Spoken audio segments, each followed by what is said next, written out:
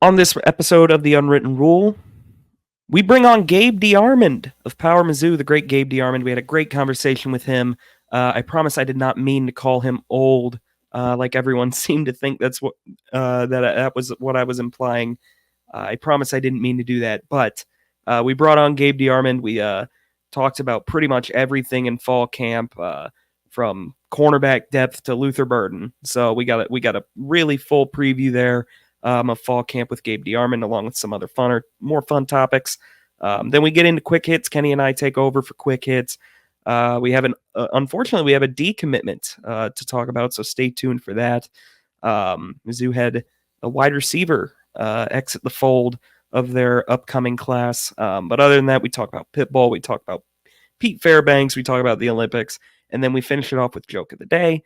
So stay tuned for that. Great episode for you guys today. We'll throw it over to our interview with Gabe DeArmond first. The Unwritten Rule starts now. Marcel, where are you going with that disc? You are not putting that on again. Marcel, okay, if you press that button, you are in very, very big trouble. Attention.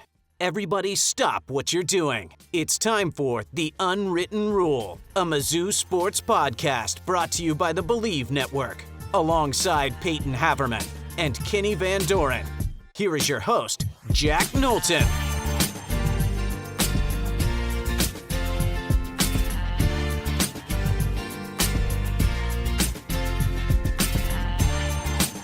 Okay, we now welcome on a very special guest, good friend of the program. He's been on, his employees have been on. We've used them many a times for whether it's references or had them on for interviews. It's Gabe DeArmond, the publisher of Powermizzou. Gabe, thank you for joining us. I know it's the middle of fall camp. It's a busy season. Want to ask you a ton about that, but I have a question for you off the bat. Okay. So real quick before you ask me a question, I want to clarify in case the IRS is listening. My independent contractors have been on this podcast. Sorry, I do not have employees. Yes, independent contractors. Good note. Okay, so Gabe, last show, me, Payton, and Kenny, we did a Mount Rushmore of our favorite former future Missouri Tigers. So we did players and coaches who, considered Mizzou, almost went to Mizzou, and then ended up somewhere else. Okay. I want to ask who your favorite one that you remember was, because you probably have a lot deeper of a memory bank of them than we did. Okay, I don't remember this one because I was 4 years old, but John Elway visited Mizzou. It would have been very difficult for me to, having grown up a Missouri fan and all my family went to Missouri, and then obviously being a Chiefs fan, and maybe the greatest moment of my sporting life being John Elway handing the Chiefs the Super Bowl trophy last year after single-handedly ruining my childhood. I think I'm glad he didn't go to Missouri. I want no reason at all to think fondly of John Elway, but he would be the best one, I think. Yeah, that's better than any we had. Yeah. Was that strictly a football move, or would it have been football and baseball? Because I know he was a huge baseball player as well. Yeah, I assume it would have been baseball too. There was some connection with his dad. 1979, I don't remember what it was, but There was another former Denver Bronco, not as good, but Mike Anderson, who I think was a Pro Bowl running back for them. He went to Utah. He was supposed to come to Missouri, but the story goes that Missouri sent his letter of intent to the wrong Mike Anderson on signing day. So he just didn't get it and signed with Utah. Jeez. And I can't verify that's true, but it makes a good story. Not something that would happen anymore. So that's why that's kind of fun. Payton, you found one in the Power. Payton was going through the Powermizzou archives looking at names. I think you need to ask about the one you dug up. So I was going through this, and I noticed a lot of people were talking about this Missouri Detroit basketball recruiting connection, and a few people mentioned that Chris Webber and Jalen Rose might have visited. Is there any truth to that? I don't really know that for sure. It's possible. Missouri had ways of getting Detroit kids down here back in the day. Right. And so that's certainly possible.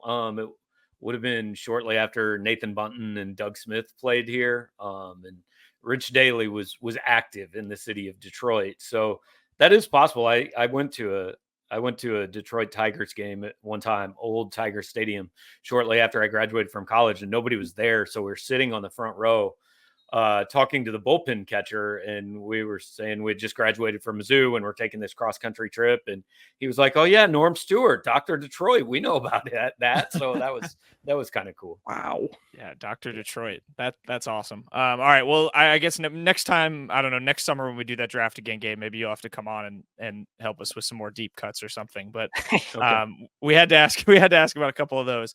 But obviously, Mizzou fall camp, that's been in the news. And just off the bat, you and Gerard have obviously been covering that really well. What have been kind of your general takeaways just from fall camp for Mizzou so far, what some of the guys have said to you, and just, the general things that you've seen so far in the first week plus heading into the season? They stretch well. They look good in individual drills. I just always have to start out by saying we just don't see anything that matters. I mean, I haven't seen a quarterback throw a pass with the defense there, except maybe in some one-on-ones a little bit. But, so I don't get too into who looks good or bad because they're not doing football things when I can watch. They're doing football things. It's just after they kick us out. As far as what they've said, they've been well coached. They are not saying anything inflammatory. I believe whenever we talked to players last, it was like Friday or Saturday. I think the phrase iron sharpens iron was said 247 times in 15 minutes. So that seems to be a thing that they're really pushing.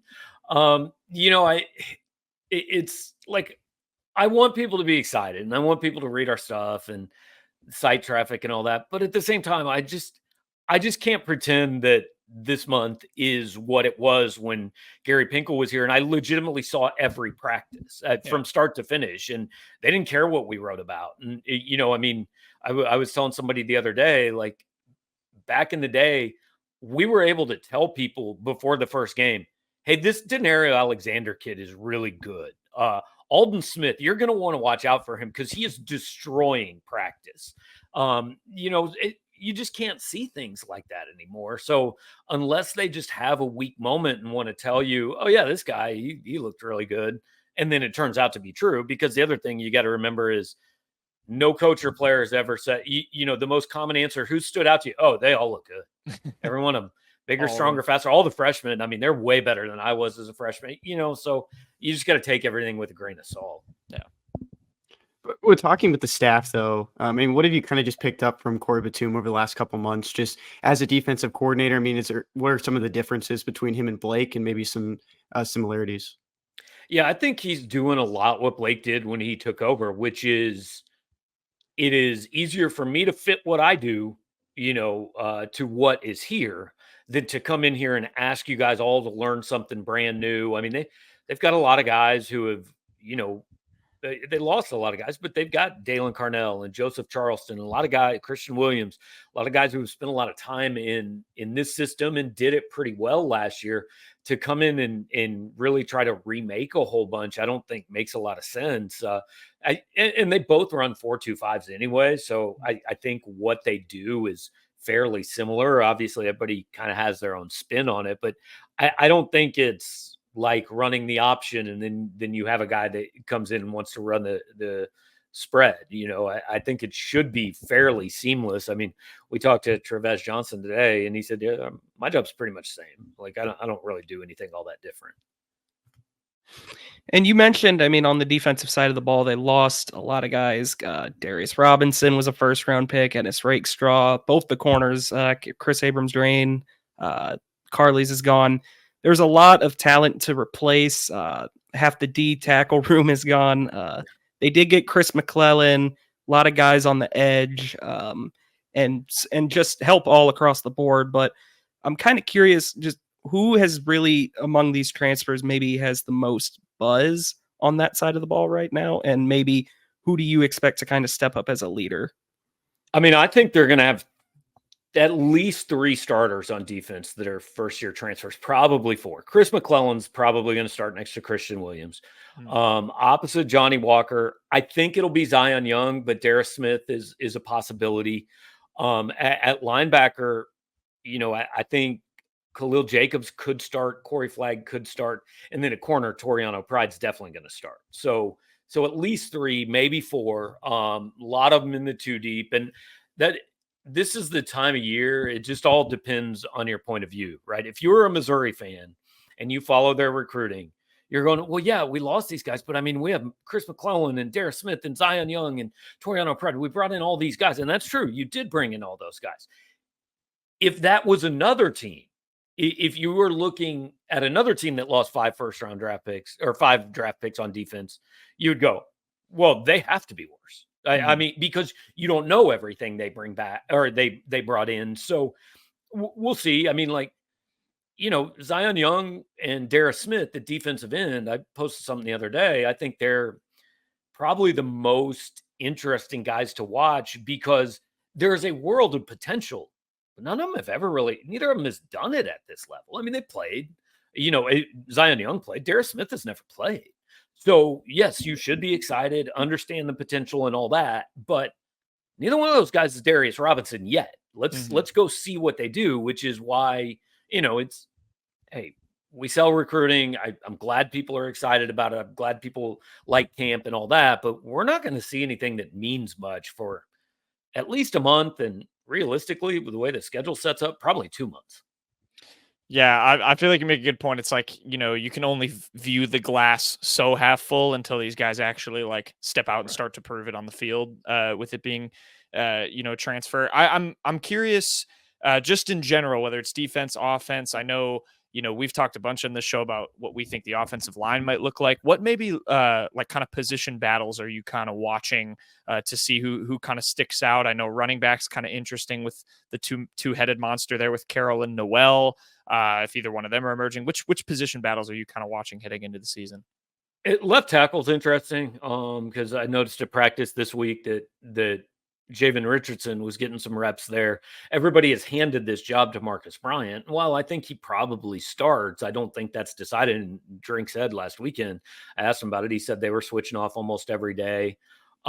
Defensively, that defensive end spot again, I think it's probably Zion Young or Darius Smith. Linebacker's interesting because I just, Chuck Hicks is back for his 7th year and he's a solid player, but I don't think he's a guy that you go, well, there's no way anybody can beat him out.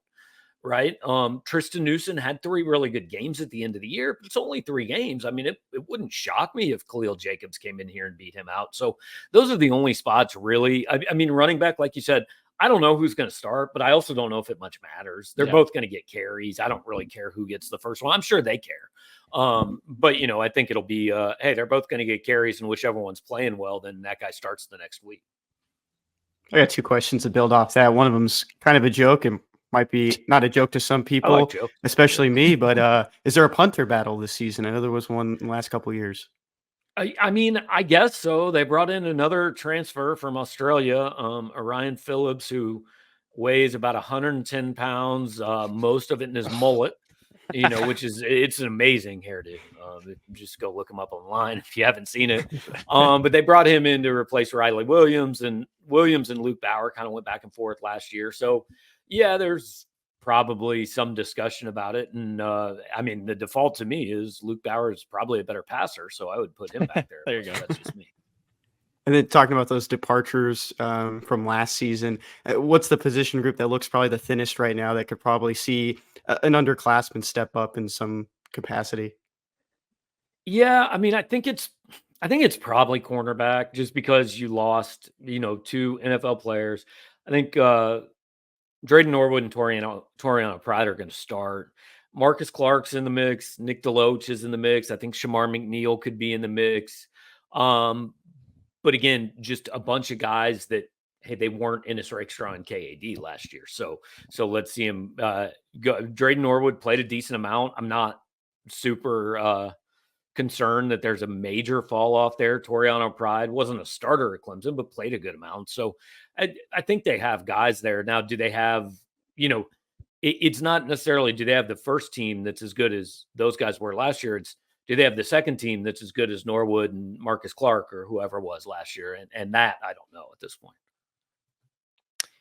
And I mean, I think you mentioned even that, like you did your like kind of first guess at the depth chart in your 10 thoughts this week. You had Deloach over Marcus Clark, which I think might surprise some people, but you also, I think, mentioned in there that Nwaneri, obviously, I think a lot of people wouldn't expect a whole ton, but you think if he's even close to ready, they'll still find a way to get him on the field as like the 5th or 6th end. Should when you're Missouri and you get the number 4 player in the country or whatever he was, he plays. I mean, he has to. I mean, now, if you don't think he's good enough and he's on board and his people are on board with, hey, he's going to redshirt, then maybe you can do it. But I think just for politics and appearances, you just throw him out there some in situations where he's not going to get you beat. And I'm not saying he would. Maybe he walks out there and he's amazing, right? Maybe he's a freshman All-American. I think it would be a surprise to people, but I think you have to play him. I mean, I don't know how you get that kid. It was like Luther Burden was always starting the first game his freshman year. I don't care if he was good enough or not. He was starting the first game. Now, it helped that obviously he was good enough, but certain things you just have to be done. Right. And I mean, just kind of building off that, I mean, are there any other freshmen you think might be able to kind of step in and contribute at a little at all? Yeah, I mean, I think you could see Courtney Crutchfield play some, especially on special teams. I don't think you play both freshman receivers because I don't think there's a need for it. The guy's name who came up the most today when we were talking to people was Cameron Keys, who is, he is not one of the most celebrated guys in this class. He's a corner, not a huge guy, but every single person that we asked about the scrimmage yesterday said, yeah, Cam Keys had a really good day. So, I think you could see him out there. You probably get a freshman linebacker out there on some special teams, maybe, Brian Huff or whoever that might be. And I wouldn't be surprised at all to see Kawan Lacey get some time. I think, again, maybe not 100 carries or anything, but get him out there, get his feet wet, because, again, you're losing your top 2 running backs next year. You want a guy who's at least touched the field before, right? And Jamal Roberts is there too. But you want him to, now that you've got these 4 games that you can play with, they ought to have big leads on Murray State and Buffalo. Just throw some of these kids out there and see what happens. Yeah, I kind of want to stick with the, talking about young players and even going into the future with Mizzou's 2025 class. I feel like we should ask you about that, just given the summer that they had. They're ranked 13th by Rivals. They have 17 commits. I mean, just kind of contextualize that for us. I know obviously 2021 was, the big class and Drinkwitz has started to deliver on a lot of those promises in recruiting, but getting a guy like Zollers, who's then been, an outspoken recruiter for Mizzou. I mean, how big has this summer been for Mizzou on the recruiting trail? Well, it's huge because they're not doing much of it in state. Like the in-state recruiting is worse, right? When the NIL stuff happened, everybody said, "Oh, we're going to get they're not getting that many kids in state," which is weird, but it doesn't matter because he's getting players from out of state that nobody's ever gotten at Missouri. Matt Zollers, Donovan Alubade, Jayvan Boggs. These are not guys that Missouri's ever gotten before, and so I think they've either tied or set the mark for most 4 stars in a class already at in what is it, August 5th or whatever.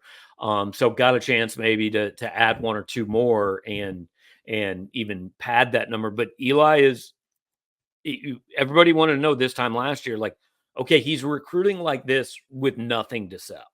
What can he recruit like once he has something to sell? And we're finding, again, number 13 in the country. Now it's still number 7 in the SEC, which, hey, that's the way it goes. That's what you signed up for.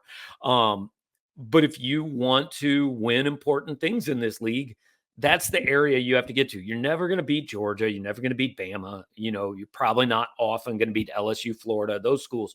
But like, if you can get up into that conversation of somewhere between 5th and 9th or 10th in this league recruiting, you're out recruiting almost everybody that isn't in this league. I want to stay in 2025, but I want to look at something different. And that's the schedule. We heard recently that Central Arkansas is joining it. Miami of Ohio is off of it. I mean, what do you kind of make of, just all this cleanup and just finally getting it done? Well, so the funny thing is, and credit to Eli Hoff for breaking it. So after the Miami thing came out, which only came out because Miami released its schedule and Missouri wasn't on it. So we said, oh, well, apparently Missouri's not playing there. Well, we were talking to somebody, I don't know, a couple weeks ago, and they said, well, there's 5 non-conference games on the schedule. So one of them had to go. And we said, what do you mean? Like, I'm looking at your future schedule on your website, and there are 4. And one of them was Miami of Ohio.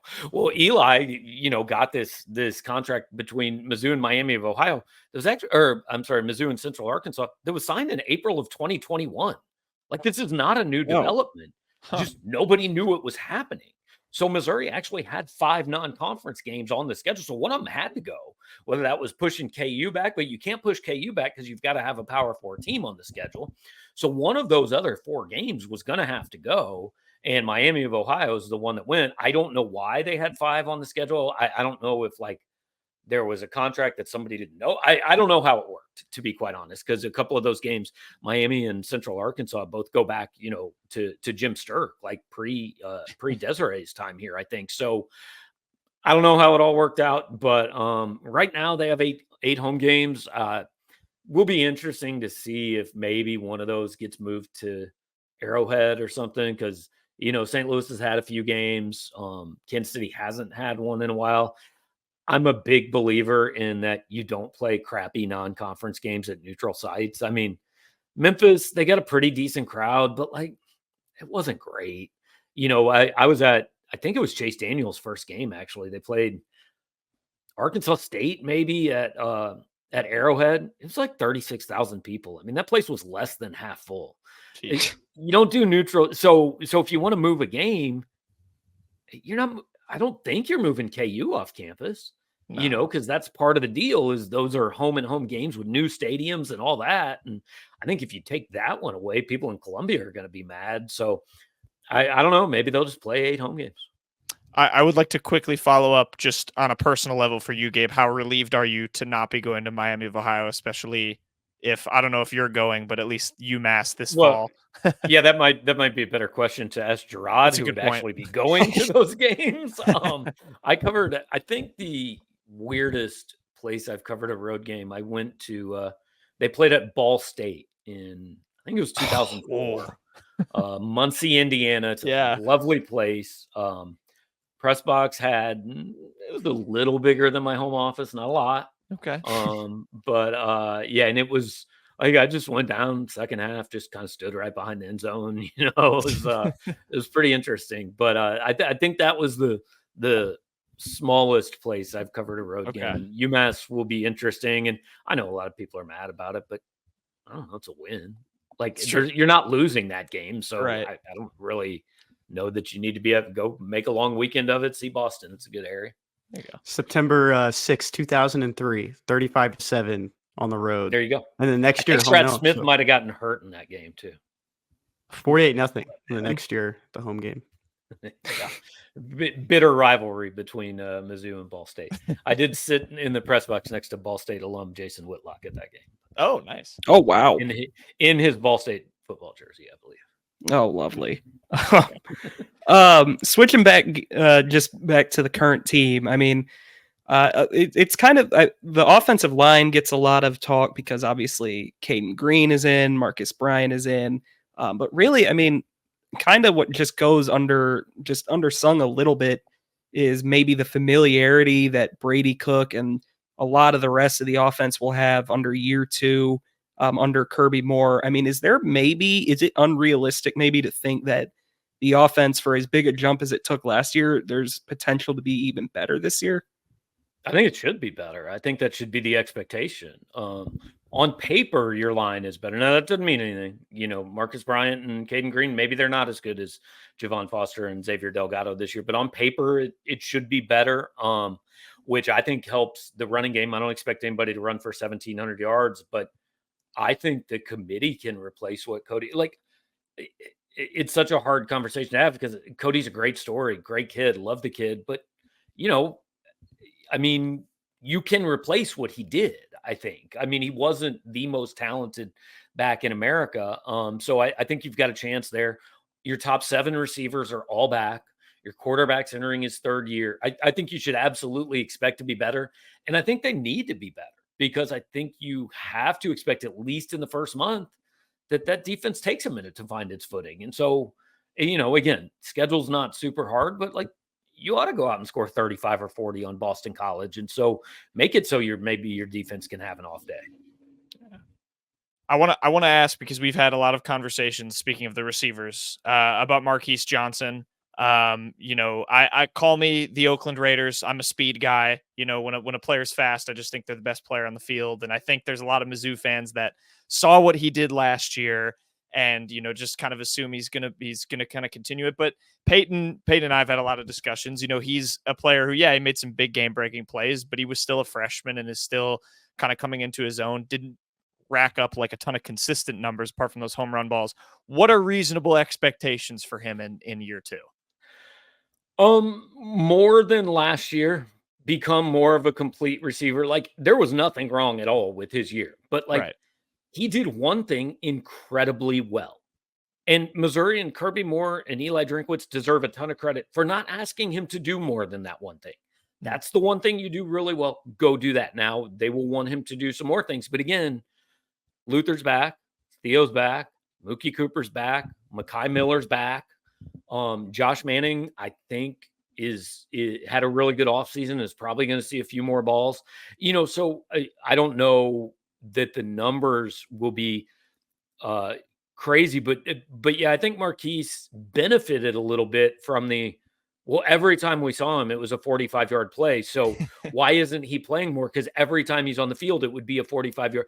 Well, maybe that happened in part because he was on the field the right amount at the right times last year. And, a guy might hit 330 at bats, but give him 130 at bats, he might hit closer to 250. Right. So I'm not saying that he's not a good player or anything like that, but I do think there was a little bit of just, well, I saw this happen 9 times, so it should have happened 59 times.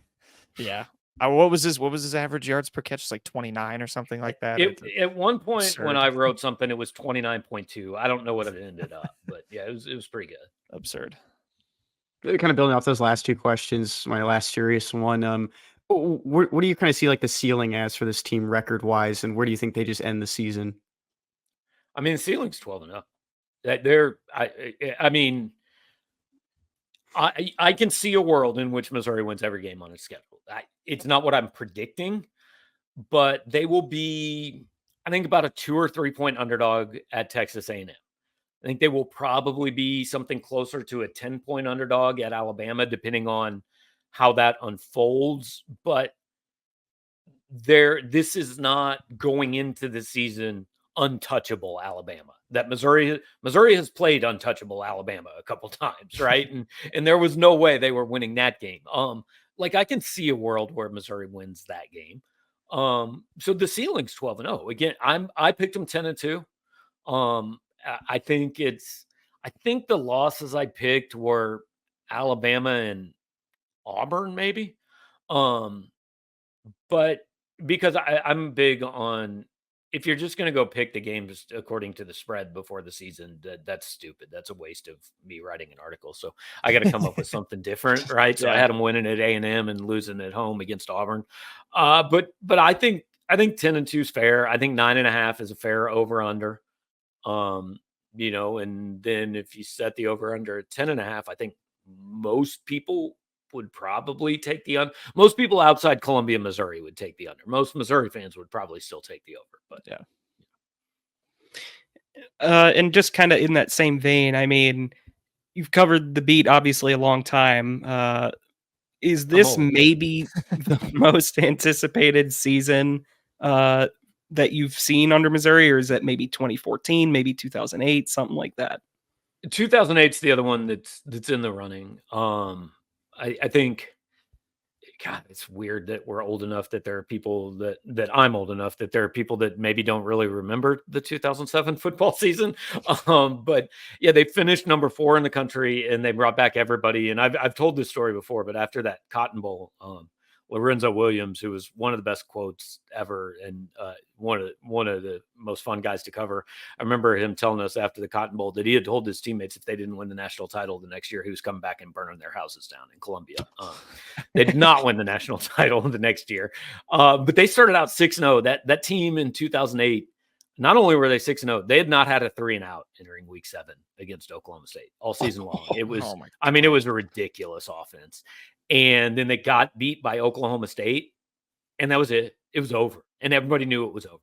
Everybody knew that we got nothing left to play for. We started out, we wanted to win the whole thing, and we don't have a path to winning the whole thing now. And so they went down to Texas the next week and just got their brains beat in, and then had last regular season game against KU. They'd already wrapped up the Big 12 North, and it was just it was a miserable day in Arrowhead with like 40,000 people, and they got beat there. And I think ended the season 10-4, which was fine, but it wasn't what they set out to do. But the difference between going into that year and going into this year is going into that year, you knew, hey, yeah, we think we can win it, but you got to be one of the top 2 teams. You can't lose and win it. Mm-hmm. Like there's no missteps allowed. With the playoff, if you go lose at College Station, you still, the margin for error changes, but your season's not over. You can go chase everything you want to chase. I mean, you lose A&M and Alabama, you still, hey, come back and beat Oklahoma, and you're still in that conversation. So, it just, I think it's much more realistic to hope for that shot at a national title than it was in 2008. Even if that 2008 team maybe was better and had more talent coming back, just the way to get there didn't exist. Yeah. Well, Gabe, we appreciate all the insight with fall camp and everything. I know, we all like to ask a fun question before we let you go. Mine was going to be about Miami of Ohio, so instead I'll ask you a basketball one. Over under 2 conference wins? Is Mizzou going to get there this time? Can we just start small and set it at 0.5? Oh, sorry. Yeah. Because I think they'll hit the over. Okay. No, it's funny. When last season ended, I said on our board, I said, here's what's going to happen, guys. A lot of these guys are going to leave. He's going to go get a lot of new players. And this summer, you're going to be talking NCAA tournament. Like you're going to have yourself convinced that this team, no, so bad that'll never happen again. And we're so far away from that. It's 100% what's happening. Yep. Look, if I had to pick today, I would not predict this team makes the tournament. I think they'll be significantly better than 0-19, but that can't be the bar, right? Yeah. The bar cannot be, well, at least we're better than last year. No, that was so far below what any acceptable bar should be. I mean, you have to be a lot better. I think the goal needs to be at least be in the conversation for the tournament, and they could get there. But I think I don't know really who the go-to guy is right now. I think they have a lot of pretty good players. I don't know how many like elite players they have, and there's a lot of elite players in this league. Mm-hmm. Most of the predictions I've seen have them somewhere 9th, 10th, 11th in this league, and I don't think that's unfair. Yeah, I would agree. I don't remember if this was when you were on here on the show with us when you said this, or if you were talking to like a J school class I was in a couple years ago. But you talked about, having that rush for reporting. It's like if you're not getting a rush when you're doing this stuff, then you're not doing the right thing. I mean, Payton called you old earlier, and I don't want to call you old, but I know you've been doing this for a long time. Payton, I called me old. But what's that rush like today? Like, still getting it and still reporting something that maybe some people don't know. Yeah, it's why. Again, it's why all of us get into this and do this, right? You want to have a story that nobody else has. Now, that's honestly, it's a little more and more rare with social media, it's even commitments, like even if you're not allowed to say because the kid has to post his video and get his shine for a while. So that's fine. It's not really fun, but it's fine. But no, if you get some, if you're chasing, hey, Eli Drinkwitz is, has this job offer from somewhere else. What's going on? I mean, the best thing, and I know I said this in a J school class a few years ago, the best feeling ever is breaking a story, and the worst feeling ever is waiting for somebody else to confirm the story you broke, right? Because, you're pretty sure you're right, but there's always that chance that you're going to end up the guy that wrote JJ Redick was the Lakers coach, and then he wasn't, and then he was, whatever. And everybody does it. Like, I'm not taking a shot at anybody. It's happened to everybody. But no, that's still, I would tell anybody that thinks they want to do this, yes, you all get into it because you're sports fans. We all like sports. You can't do it if you don't enjoy sports. But you better like the journalism part of it too, because if all you're doing is, hey, cool. Like my son told me one time, I want your job, but I don't want to do the writing. I'm like, cool. So you just want to go to games and get paid for it? Me too, man. Awesome. If you find a place I can do that, let me know. I do remember the one thing on that is I remember you broke like Pinkel's retirement, I think, when he was stepping down, and you said you were just like waiting for someone else to do it. And I think like a few minutes later, Dave Matter had it. Yeah, it was literally like 45 seconds because I had it, no exaggeration, I had it from 6 sources and still waited 10 minutes to post it. Yeah. And I did because that's just one of those, like, hirings, firings, and deaths. Dude, probably don't be wrong on that. Yeah. That's tough to recover from. Or retirements. I had Gary not retired, I don't think he would have been a big fan of mine going forward had I broken a story that he was retiring. But yeah, that was definitely one of the bigger ones. Speaking of just the watching sports part, the Olympics is winding down. Have you been keeping track of the Olympics at all? And do you maybe have your favorite, like, just weird Olympic sport? I have actually been. I don't even remember the Tokyo Olympics happening. I'm not sure I watched any of it. Right. But yeah, we've gotten into it because so much of it is on TV, and my oldest son, his girlfriend played college basketball, and so she's been into a lot of it. My youngest son is a swimmer, so we watch a lot of that. I watched like 10 minutes of table tennis yesterday. Big fan of that. Yeah. Big fan. Table tennis, badminton. Because like those are the things that I did in like middle school gym class, right? But what they were doing did not look like me in middle school gym class. So that was fun. Yeah, those are good. I just remembered 2 more. I would like to get a Chiefs prediction from you. I saw Patrick Mahomes was not number 1 on the top 100 players list. I know there was some things on that. And then I forgot just today, what do you think of the Pitbull FIU stadium? Hey, sell it to anybody that wants to buy it. Yeah. If there is a way to make money and you are not taking advantage of that, then like I tell people all the time, hey, you want to advertise on our site? Cool. We will find a place and we will find a price point that works for you.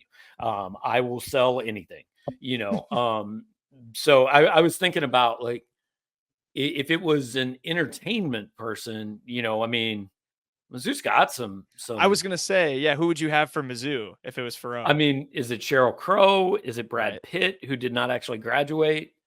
John Hamm, I think there's a, Steven Spielberg connection, maybe his wife. Yeah, Ken Lay. I'm not sure that's the direction. In a baseball stadium named after him in Houston. That's right. That's right. I would be on board with Sheryl Crow Stadium, and she could just sing the anthem every week. I'd enjoy that. So yeah, I got no problem with that. Chiefs. I saw where Mahomes was number 4, and I texted it to some of my friends. I said, "Oh no, man, they poked the bear. Yeah, like, what are we doing here?" No, I think I went through the schedule, and I think I came up with 12-5, maybe 13-4, something like that. But it's weird watching the Chiefs now. I have friends who every week I'm getting these just wild texts. I'm like, guys, these games don't matter. None of them matter. You have 17 practice games until January, and then I'm with you. I'm edge of my seat, yelling at the TV. I'm not gonna get angry about. My wife and I actually went up on Christmas Day when they lost to the Raiders last year, and I officially gave up that day. So that was, obviously they I don't think they did anything after that, right? Nope, definitely not. Nothing at all. Yeah, it is funny when you become a fan of a contending team and you're just like, I don't care about the regular season anymore. It's something Payton will never experience as a Bears fan, but it's all right. I don't know. Matt Eberflus, come on, man. Caleb Williams, MIZ. Yeah, Caleb Williams, Roma Dunze. Decent division. If they, Roma Dunze is, man, I love that guy. He's a stud. Mm-hmm. He's a stud. He was my second favorite player in the draft. So. All right. Who Well, was first? Brock Bowers, and I hate that he's in Vegas, but Yeah. yeah, that's all right. he is fun. He was. I had dreams about him succeeding Travis Kelce, but that's not gonna happen. Jeez. That would have been terrible. As just a fan of Yeah. any other team in the league, that would have just been if he went to the Chiefs. Ugh. Good. I want everyone to hate my team. Yeah, that's. I mean that means you're doing something right. That's fair. Exactly. All right. Well, Gabe, we appreciate this, taking the time with fall camp and all this stuff going on. We'll have you back on. I'm sure, we're going to have Gerard on and Drew before basketball season and all that stuff. So, best luck with the rest of fall camp. We'll have you back on again soon. Sounds good, guys. Appreciate it.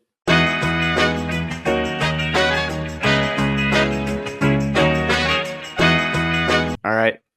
Quick hits time.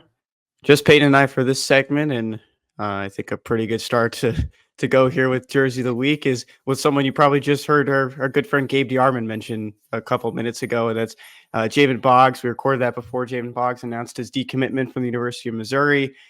He is going to UCF, the school he chose, Mizzou over. He is a Florida kid, not too far from home. But Payton, what do you kind of make of this? To me, someone who's probably not as in tune with some of these message boards, but from what I saw on Twitter as well, seemed like a surprise.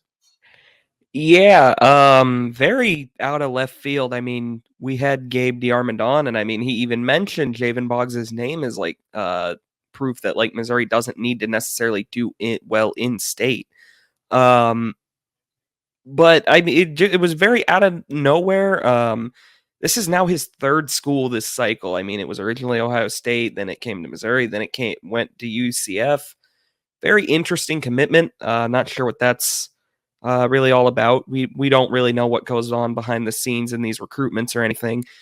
Some people on Twitter were saying that Boggs didn't even let the staff know. Like, this is apparently how Mizzou found out this Hayes Fawcett graphic. I gotta say, if that's the case, that's not a great look. End of the day, it's not the end of the world for Mizzou. Again, they have Sean Terry and Oleg Bode in the fold at receiver. And of course, so much depth that you hope can step up next year in guys like Daniel Blood, who have kind of been, Daniel Blood has been kind of making a name for himself at camp. You have Marquise Johnson, Mekhi Miller will be back. So many names. Courtney Crutchfield. You have Manning, just so many names. So it's not the end of the world, but a bit of a surprise and a bit of a disappointment. And Trinkwitz loses a commit, a recruit to his former boss, Gus Malzahn, who's the head coach for UCF. Tigers now are down to 16 total commits, and that's 18th in the team recruiting ranking. According to rivals.com, some of the SEC schools above them, LSU catapulted back into second place, Alabama, Georgia, Auburn, Texas A&M, Oklahoma, Tennessee, Texas are the SEC schools ahead of the Mizzou Tigers. Tigers, I think at one point were up to 9 in the recruiting cycle. So, just a step back, but there's still a lot to, happen in this class of 2025. Still a lot of names that should be falling off the board soon.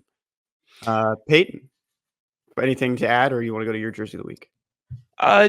Just really quickly, I mean, I will say you never want to lose a 4-star, but you can tell, I mean, Missouri's got the depth to afford one. It is not something we're used to seeing, is Drinkwitz being the one having flip miss kind of be turned on him, but I kind of agree with you. It's a step back, but probably not the end of the world for Mizzou. But moving on, my Jersey of the Week is going to be Grady Sizemore. There's no Mizzou connection here. We try to keep Mizzou connections, but this one was just too good for me to pass up. Grady Sizemore, of course, one of the bigger what-ifs in baseball history as a player, because he was one of the better, just like players when he wasn't injured. He is now the White Sox manager, Kenny. I don't believe he was doing any coaching beforehand, at least not that I'm aware of. But the White Sox cleaned house. They're like 28-88 right now, or something ridiculous. They let go of Pedro Grifol, who was managing them after just a season and a little over half. And they installed Grady Sizemore as the interim. Kind of fun. It's just kind of we know we're not going to do anything. Let's just give fans a fun name. And you can see this highlight reel here if you're watching on the YouTube from MLB, the MLB Twitter account. Dude was electric. Yeah, we'll see American League Central well too, which I think is kind of a thing that's kind of slipping through. Is I mean, I haven't looked at the schedule at all, and I don't frankly maybe really care much about this, because it's just the White Sox and there's nothing there for them. But it would be pretty cool if he gets an opportunity to go back to Cleveland and just really face the Guardians as a manager. Would probably be really cool for him. But staying in the baseball world, Jack is also going with a baseball jersey here, and it's our good friend Josh Wolf, who is a St. Thomas High School alum, been on the show before, former Mets prospect, former Guardians prospect, tie in there to Grady Sizemore, but Josh has been killing it since he signed with the Giants on a 2-year deal. They moved him up to single A after working on a couple things with him at the rookie level, Arizona Complex League. Last night, though, he had 4 Ks over 2 scoreless innings for San Jose. Overall looking good right now, 7 or 11 Ks over 7 innings. And no one's rooting more for Josh than us, probably, besides his parents and maybe even closer friends. But we love Josh as a person. He pitched in the World Baseball Classic. I mean, he's got the stuff. He's probably just with the organization now that can probably get him to use it right. Yeah, I think you put it well there. Sometimes it just takes the right organization for a guy. I really doubt the Guardians just hated Josh Wolf or anything like that, but sometimes you're just not aligned how you are as a pitcher with how the organization is philosophically. And seems like the Giants clearly have a lot of things that they like about Josh Wolf, and it's working out well for him. Hopefully we'll have him on again soon, but maybe we'll leave him alone. He's in a good run right now, and hopefully he gets to high A by the end of the season, maybe for that last week. Moving on, though. I like no cap, and he's the main bird. Shawnee's main bird of the week. Kenny, what is your main bird? My Shawnee's main bird of the week goes to Pete Fairbanks. The connection I'll just throw out there real quick. He returned to St. Louis. Of course, he is from the area, went to Webster Groves. Even in this clip, an interview with Bally Sports, he mentioned it is Webster Groves, and he gets a little bit offended. He says his family will get a little bit offended if you say Webster Grove. But he returned to St. Louis. We've talked about Pete couple of times. We've never had the honor of meeting him, but we are just in love with just the character that he is. And just a really fun clip here from Bally Sports if you want to go check that out. But overall, he's returned. There's a cool photo of him in a Cardinals jersey. Grew up a Cardinals fan. Talked about going to the 2004 NLCS. Don't ask him how that season ended for the Cardinals, but overall, he got to experience that with his dad. He was wearing a Mizzou hat in the photo. Overall, he's just a fun guy. And the one thing I picked up from this interview, though, is that they say he has scary eyes. Which is just what you need when you're a dominant closer like Pete Fairbanks.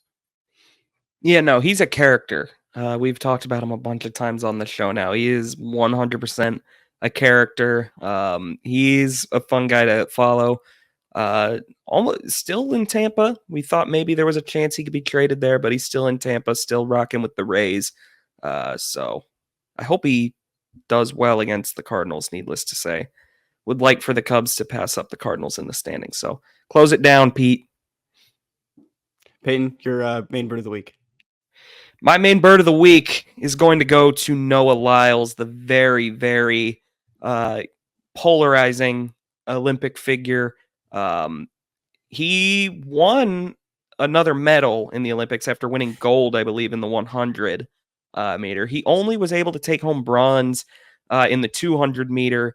That was after, I believe, that was after he was diagnosed with COVID, or rather, the team confirmed that he had to do this race with COVID. He got medical attention after, but him getting bronze, expected, got him a fair amount of trolling on Twitter. World champion of what? Very polarizing figure, but to win bronze as a sprinter with a disease that totally impacts your lungs, that's still really impressive. And I mean, you can see here he's being wheeled off, his jersey torn.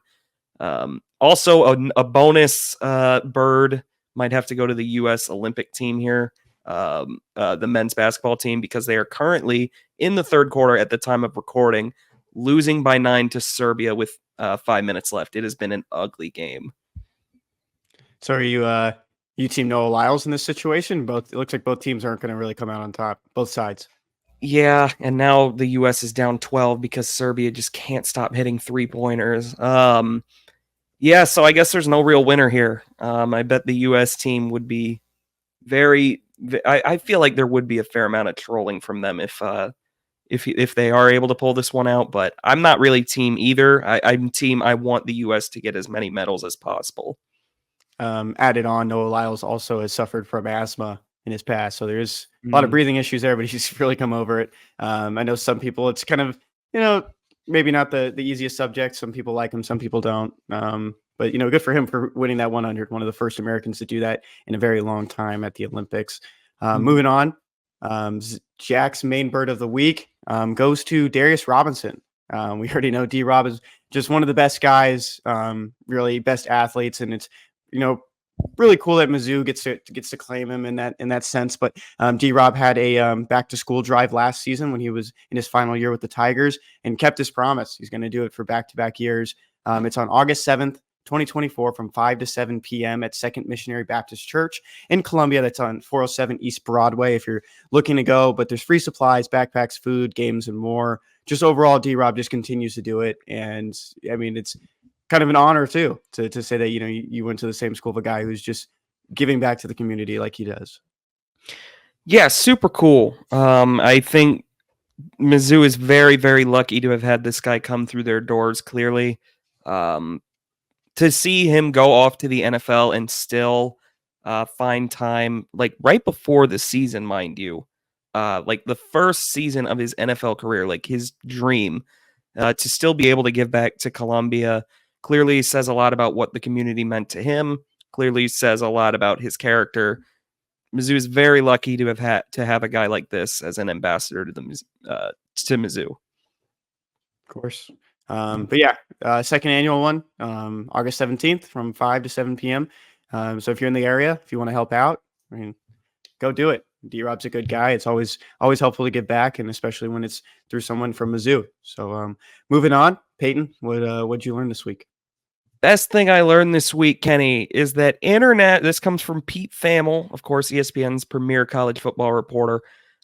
International recording artist Pitbull is purchasing the naming rights to FIU's football stadium. He's expected to pay the school $1.2 million per year for the next 5 years to change the name of FIU Stadium to Pitbull Stadium per FIU board documents. So this is like a whole brand ambassador deal. FIU now plays at Pitbull Stadium. And Pitbull also, I believe, has like a deal to be like an ambassador for the university. He has his own like boxes in the stadium, obviously.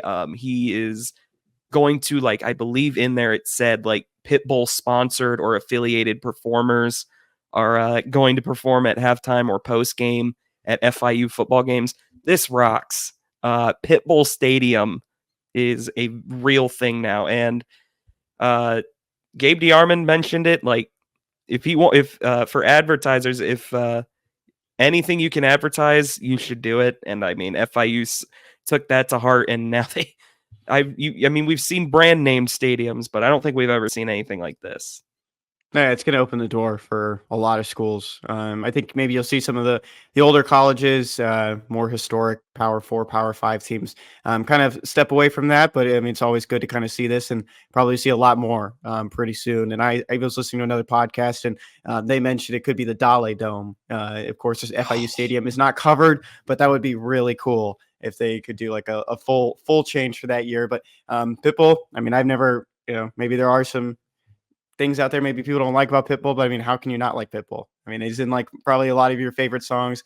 Fun guy. I hope he's at a lot of these games and probably just bring more press to FIU in the long run. Sticking on the football front, best thing I learned this week, maybe from another premier college football reporter, probably not in Peyton's eyes, but Brett McMurphy posted here the preseason coaches poll. Mizzou comes in at number 11. Of course, this poll really doesn't mean much in the end. I've heard, too, that sometimes the coaches aren't even the ones that are filing these. They just, task it to someone maybe on the PR staff, media relations staff, or even just someone else on the coaching staff is what I've heard when I was on the football beat at Mizzou. And I'm not saying Drinkwitz did that, but that's just something that just came up just from talking to people. But Mizzou coming in at number 11. Payton, what do you make of this, and should we overreact? There's nothing to really overreact to here. I don't think Missouri at 11 is egregious by any means. Me personally, I would have Missouri over like Florida State probably. I'm not as high on Michigan as most of the coaches are. I know you kind of have to put Michigan up high because they won the national title, but they're not going to be very good this year. I mean, that's just kind of the reality. But again, I don't think Missouri at 11 is near egregious enough to get upset about. Very interesting just mix up here because you got Texas, Alabama, Ole Miss at 4 through 6. You could order those in 3 different ways, and I think I would probably not argue with you on it. So I think 11 is a good baseline for Mizzou. I think it really does mean if Missouri is able to just handle their business early in the season, they're probably going to be a top 15 team the entire year.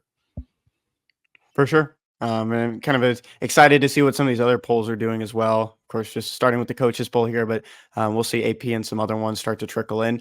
Moving on to Jack's best thing he learned this week. This is just huge on social media right now. And if you have a social media account, take advantage of this trend. This is a lot of fun. But darts only. Colorado football posted a video that looks clearly edited of a pass from Shadur Sanders to one of the receivers for Colorado. Just total opposite side of the field of where the receiver catches the ball. Just overall, just does not a good look. But I kind of have a hunch that this was something Colorado wanted to do. We are talking about Colorado. It's been a couple weeks or so that we just haven't been talking about Colorado since probably Shadur got on Twitter and, and his dad as well, kind of, talking about some players. And then maybe during the college football times, when the game came out for college football 25, that he was kind of talking a little bit trash on the offensive line. So Colorado's back in the media, back on our minds and grabbing some more headlines. But it's really cool to see like just a trend start kind of early on in the college football season. Yeah, it was edited like so poorly. It made people think like it spliced 2 different throws together. That wasn't actually the case. Colorado did prove that it was one throw, but nonetheless, like you said, it was out there already. Darts only is now a thing. This is the only time I'm gonna post a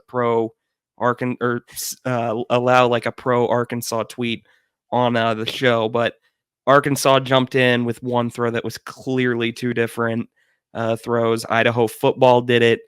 This one is literally like just an out route from inside the Kibbe Dome to a ball outside on a practice field.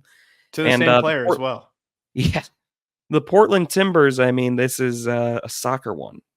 Goalie picks it up and throws it, and they cut to a shot into the net. So it was a very funny trend. I enjoyed it quite a bit. Yeah, man, Colorado's just got a target on its back. That's just kind of how it is. I'm on the side that maybe the team did it on purpose. I don't know, man. That would be pretty smart if they did. But yeah, I'm glad they kind of proved it, though. It just did not look like it was the same pass at all. I want to jump back real quick about the Grady Sizemore thing. He will get to face his former team in the Cleveland Guardians, but it will be in Chicago from September 9th to the 11th. There was an opportunity there, but I think everyone remembers Grady with Cleveland. He just won't get that chance to go back this season. And I do believe like Chris Getz, the White Sox GM, said like they were looking at external candidates for the next manager. So it seems like Grady would have to do a lot down the stretch here to keep the job, but who knows? You never know.